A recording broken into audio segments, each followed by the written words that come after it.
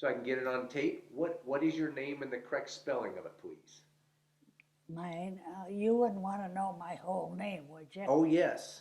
Her real true name? You know, Italians always give you a long name. So I had to be named after this one, that one, the other one. So my name is Ermina Gilda Josephina Tellerico Kauzlarich. Holy smokes. You haven't got enough space to put that down. I even forget it half the time. But in short, Gilda Kauzlarich. And spelling of the last name, please. Kauzlarich. And is that a married name or a maiden name? That's married name. And your maiden name? Tellerico. And how do you spell that? Talerico. And where and when were you born? January 9th, 1915. In? Roslyn, Washington. All right. And you've been there almost all your life All, except for a little time in Alaska. Yeah, 7 years in Alaska. And I've been in Roslyn all the time. Now, what were the Italianos doing in Roslyn? Digging coal. So did your parents immigrate? Yes. It always amazes me that like they looked at a map or something and said, Roslyn, let's go. Yeah. Well, my grandfather used to bring the immigrants over. And he was in Roslyn. So they told him one time when he brought the immigrants to bring an Italian girl because there's an Italian man that wants to get married and he wants an Italian girl. So my grandfather was Italian, and so he brought his daughter, which is my mother. Oh, wow. And she was 17 years old and about that much younger than my father, because he was 34. But he wanted an Italian girl. And he was living in Roslyn at the time. And he met my grandfather, who he told him, I want to get married now and I want an Italian girl. No, nothing will do, Italian girl. So he brought my mother at the age 17. He brought his daughter because he was bringing the immigrants over. And he placed them right exactly where they had to go. San Francisco, Portland, Roslyn is on the list. So my dad waited for this Italian girl.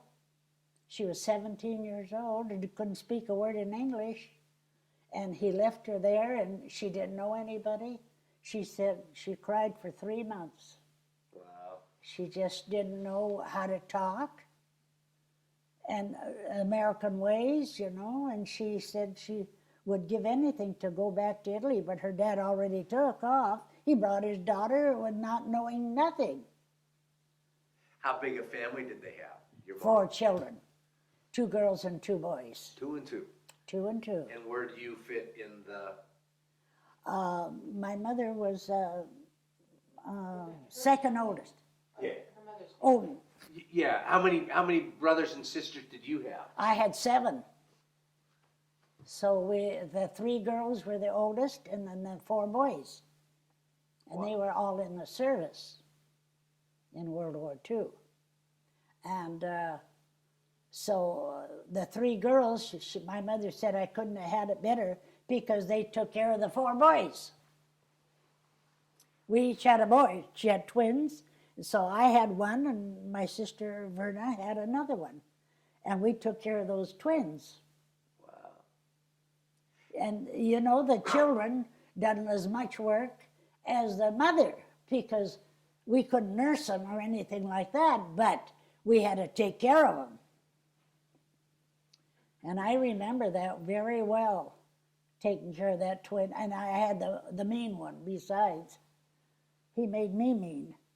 But my mother had these twin boys. My father, we had the 3 girls first. And my father was giving up because he wanted a son. And then he had 4. So he had his share. But anyway, we had my sister and I both had a twin to take care of, and we raised them. Because my mother had to do all the farm work and milk the cows and everything. I don't know how they done it. There's no time, but they made the time. What did your dad do? Worked in the mines. He had a job when he came from Italy, because his brother was here. His brother came and then brought 2 other brothers. And they all stayed in the one house and all lived together, because the one was married and he took in the boarders, you know, his brothers, until my mother came along, and then they got a house, and they had a tough life, very tough life. Do you remember where you were when Pearl Harbor happened? Oh yes, I was in Roslyn. Yeah. What do you remember of that? What was it like? Well, I remember that my mother crying because she had to send 3 boys to war. And I remember she cried night and day, night and day. She had to send her baby, a young kid that graduated from school that year and had to go to the war. And she cried over him constantly, day and night. Then he went to war. And I had a job of, I had my little girls, little babies, and my husband was working in the mines. And then he had to stay in the mines because, you see, if you left the mine, the army took you. And so he stayed in the mine until he went to Alaska. And he went to Alaska, and there, the minute he quit the army, he got notice from the army. And he's going to be inducted. So we went back in the mine. If you worked in the mine, that was because they needed the coal. See, that the coal was run by, the mines were run by coal, and so were the steamships. They had to have the coal. So the mines were working 5 and 6 days a week. And so he worked in the mines until he got called. Then he was deferred because he was a miner. Right. And they had to have the coal. Well, now all of a sudden, coal is very important. Them days, in the last 50 years, it hasn't been important. But now it is. And that's all they have around here is mines. And my husband was a miner for 47 years. Wow. That's all he knew. He was very good at it. He was they called them fire bosses, that he had to go in the mine before the miners to test for gas and everything. And if they found gas, no miners can go in the mine. But that's what his job was. So, excuse me, while your brothers were overseas, did they end up in the European front or the South Pacific? Well, they were in the South Pacific, most of them. Yeah. One was in Alaska, and he was in the Navy. And the other 2, Sammy and Frankie, were in Iwo Jima. And let's see, where Sammy was. I can't remember where Sam was. Can you? But he had run across a man from Ellensburg. Can you believe that? In all them thousands and thousands of boys. But he heard that name, this kid. And that name is familiar, you know, Tallarico. So he went up, and here they were. He was from the Potsky, the pilot, or the, he was a artist. No, he took pictures. What do you call it? Photographer. Photographer. Uh-huh. Potsky. Do you remember Potsky? I don't, because I'm not from over this side. Oh, you're not from here. Yeah. Well, POTKSI? Something like that. I can't remember. Potsky, P-A-U-T-Z-I, Oh, okay. something like that. I can't remember the kid, how do you spell it, but he heard that name, and he went up and introduced, and he's from Ellensburg. And Small world. It's a small world because my mom hadn't heard from him for months. And when this kid knocked at the door, because Sammy told him, if you ever get home to Ellensburg, he says, go up and see my mother, because I haven't been able to write to her. And when he was at the door, my mother just panicked. She thought there was bad news. And he says, I run across your son, Sammy Tallarico. Oh, my goodness. Just like heaven opened up, you know, for my mother. Because every day she'd watch my children for me to go to the post office, because the mail came through the post office. And if I came without mail, well, where's tomorrow? Well, you'd try to, you know, she had 3 out of 4 in the service. And they were from all over, you know, South Pacific mostly, and one in Alaska. Well, Army, Navy, and Marines. Wow. Now, were you, and make sure I understand the story right, were you married at this time? Yes, I was. And so your husband also was, he's the one that stayed in the mines? Yes. Yes. In Alaska. In Alaska, right. Yes. The minute he would leave Alaska to come home, even, they got him. You know, you had to go in the Army or stay in the mines. So he stayed in the mines. And you had children at this time already? 2 daughters. Wow. Yes. And I had to take care of him. And he didn't live with me at the time, but we were together, of course. But he figured that Alaska, the mines were better. And he worked in the mines since, 41 years. Wow. So is that how you supported yourself then? That's all. So he would work up there and send money back here to... Yes, Never enough, but he had to maintain a home up there. So they made money all right, but you spend it too. Yeah. He has a mania for new cars. And every time I'd try to save some money, then he'd blow it in for a new car. So I lived with new cars. I had the best car in town always, but that wasn't my style of living. Did you face rationing, gas? Oh food? my goodness, yes. But I still have the books. And I look for them, and I don't know where I put them. But I have all the books for the gas, the shoes, and the food. Sugar was the main topic, because my husband says, I don't care where you get it. You can steal it, but I better have sugar. For his coffee, he had coffee every 10 minutes. But he said, and I have all them books, and I wished I could have brought them for you, because I looked, but I don't remember what I done with them.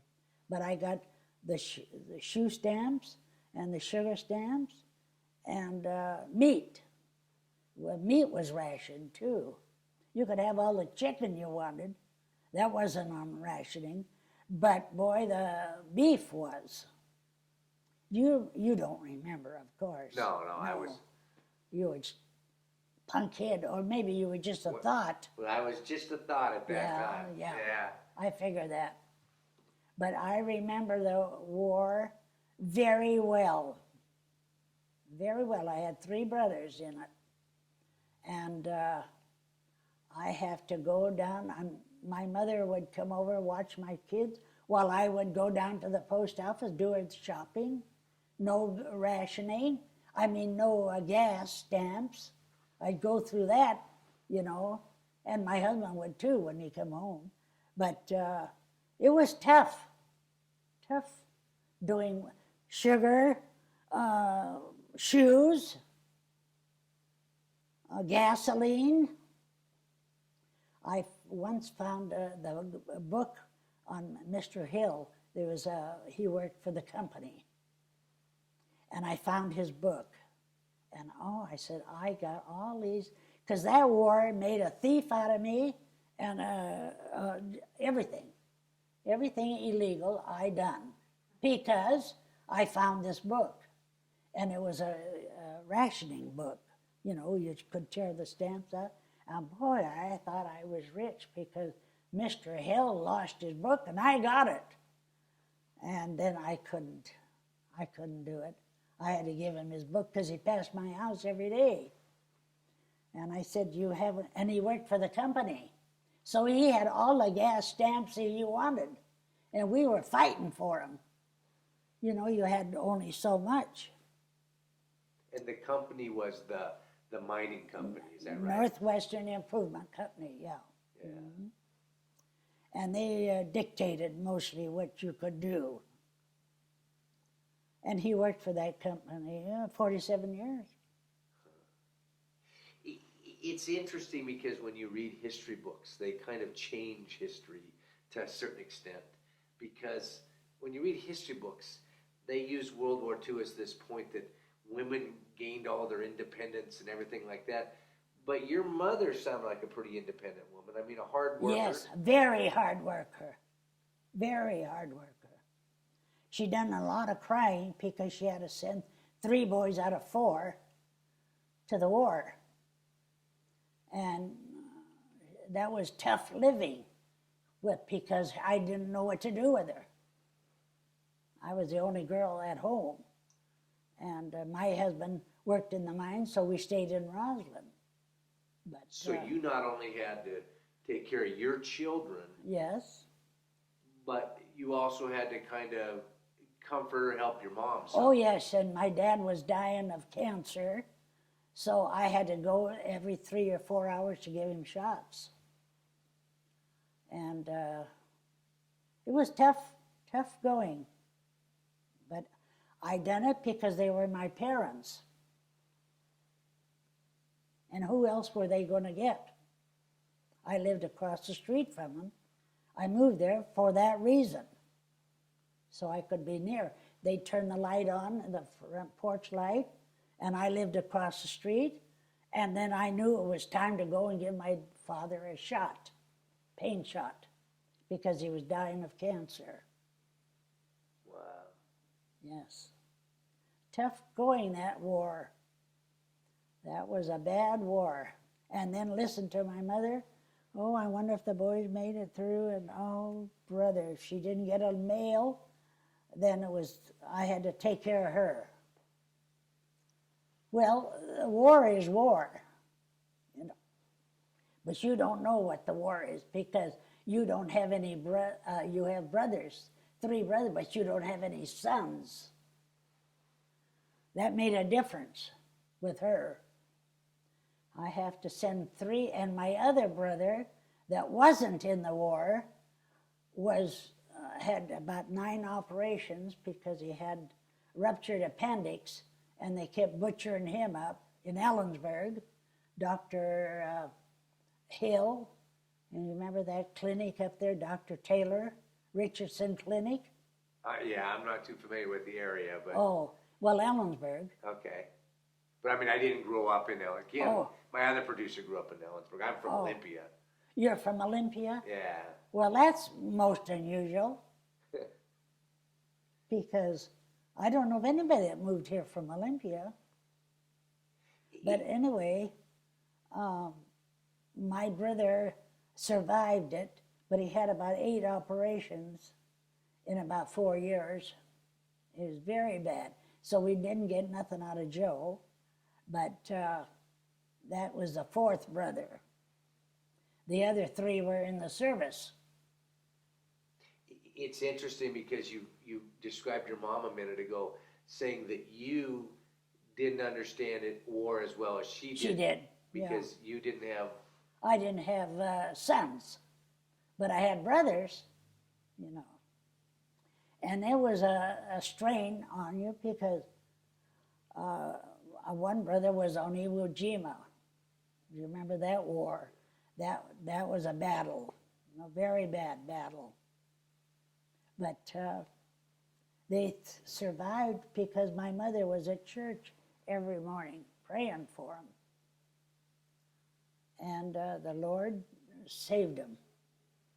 So all three came home safe? All three came home. Sammy was sick. He was in the South Pacific. Yeah. And he was malaria and all kinds of things. He was under doctor's care for quite a while. But the other two, they fought the war one fought the war in Alaska, and I don't know where the other one was. He was a little on Iwo Jima, and he saw quite a bit of the war. But the Lord was with him. At your home with your mom and dad, did they discuss the war much? Oh, yes. Oh, yes. Uh-huh.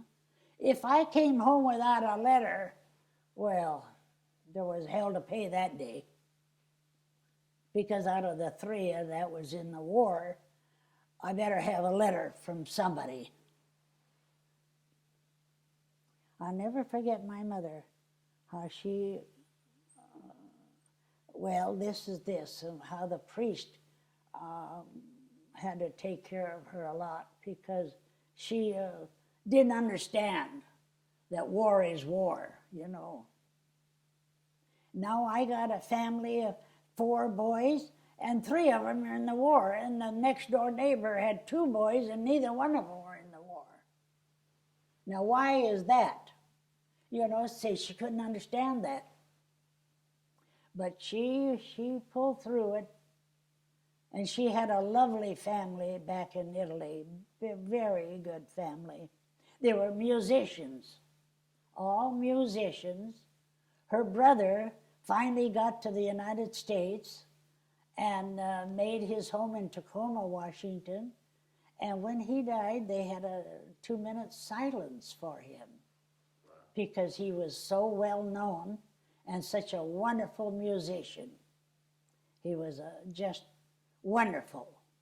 And he'd come to Roslyn once in a while, and my mother was the only one out of the 4 children they had in Italy that was here. And he'd pull her on his lap and loved her and kissed her and called her his sister. Oh, they loved each other so much, sister and brother. When he died as a young man, 57 years old. And she just went to pieces, her brother. And I got a picture of him hanging in my living room. But of course, my mother's been gone. When did she die? 1944, I think. No. 54? 1980. You know, I can't remember. 1980, I think. When you're not 92 or going on 90, you wonder what happened to upstairs. Well, as I said, I don't even remember what I had for lunch, so I don't expect you to remember 60 or 40 years ago. I remember that war very well. Very, very well. I had to take care of my mother and father, run back and forth, 2 little kids, and a husband not there with me. And it was bad, very bad. But we survived it. Did you ever think about, because some women joined the service, did you ever think about joining? Oh, yes, I did, but I didn't because I didn't want to leave my children, you know. I was going to say, you had a handful with... I had a handful, yes, and I was giving my dad shots, painful shots, and when we'd turn the front porch light on because I lived across the street from him. And when that porch light went on at their house, that meant my turn to go over there and give him a shot.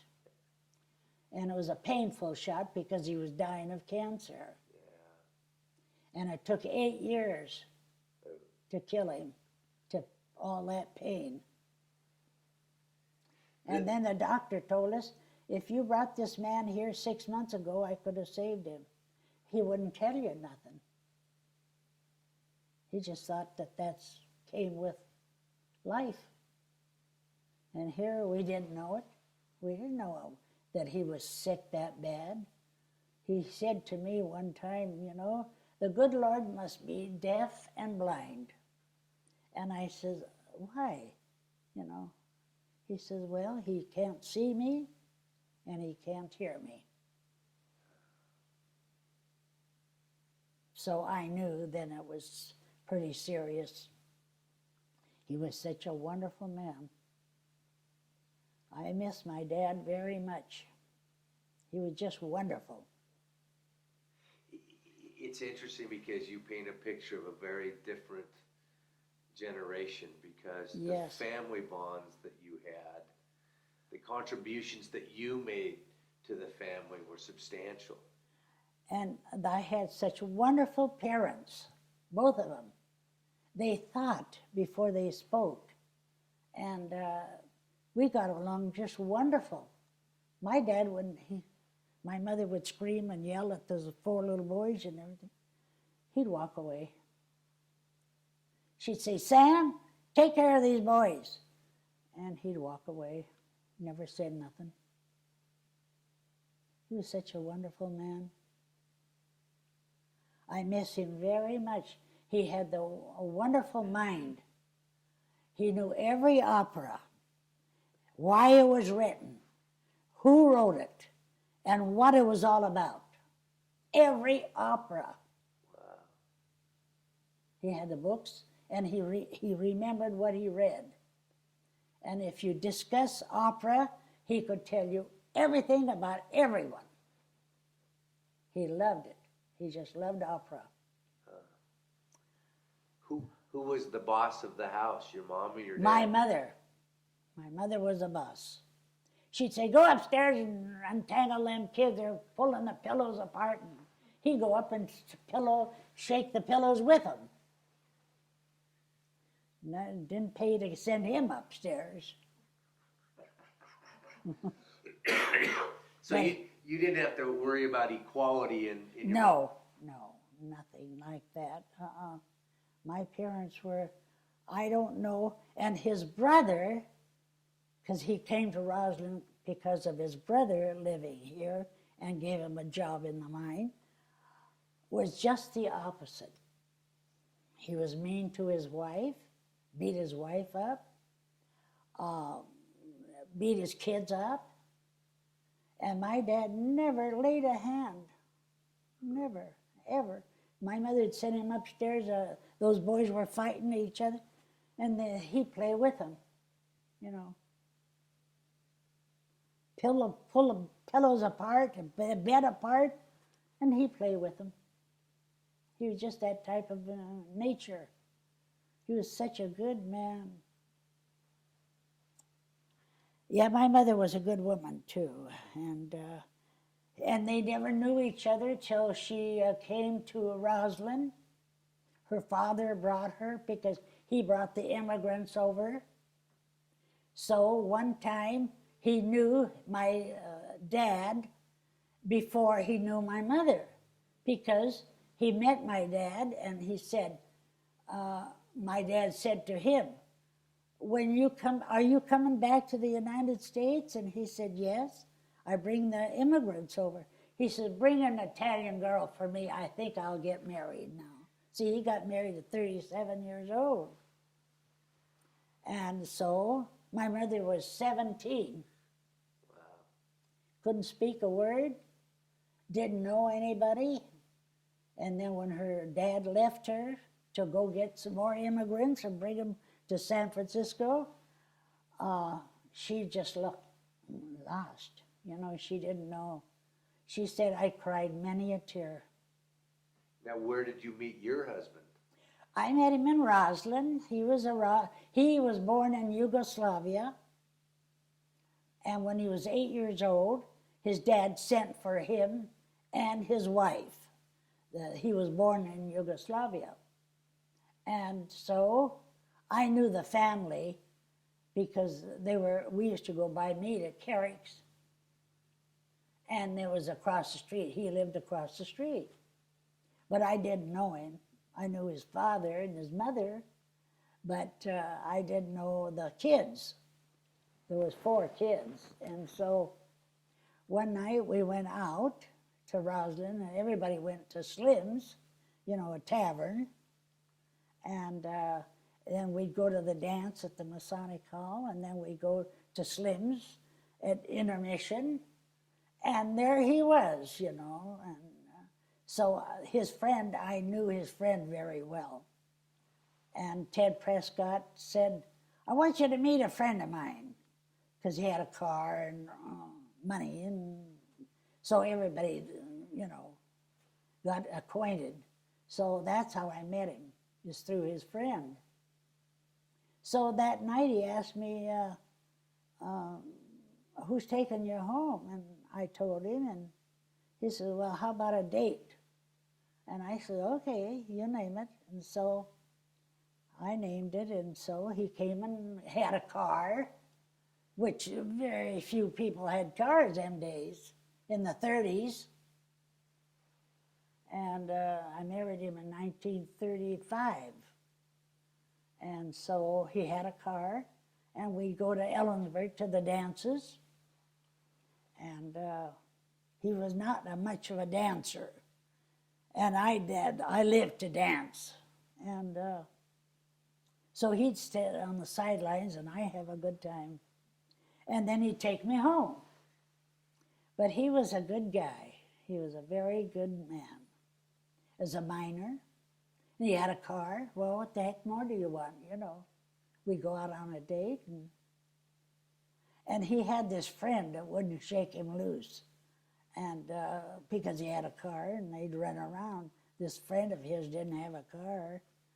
And then them days, when you wanted to go someplace, you had to have your own car, you know. But he wasn't much for dancing. I loved to dance, and I never missed a dance. And he'd sit on the sidelines, and I danced my life away. How old were you when you got married? 21. 21 years old. And then how soon did you have children? Right away. Right away. I had a daughter 4 years older than Patty. And Patty, I don't know how old you are. I'm 65 pretty soon. You're 65. Well, Roseanne must be 69. She'll be 69. Yeah. So you see how ancient we are? Just getting started. Just getting started. Well, it wasn't an easy life. Far from that. We had to go through a lot of depressions. And a lot of times we never had two nickels to rub together. When the mines worked, my husband always had new cars. I'd save the money, and he'd go blow it in on a new car. It had to be a new car. It couldn't be a second-hand car. So I made it easy for him.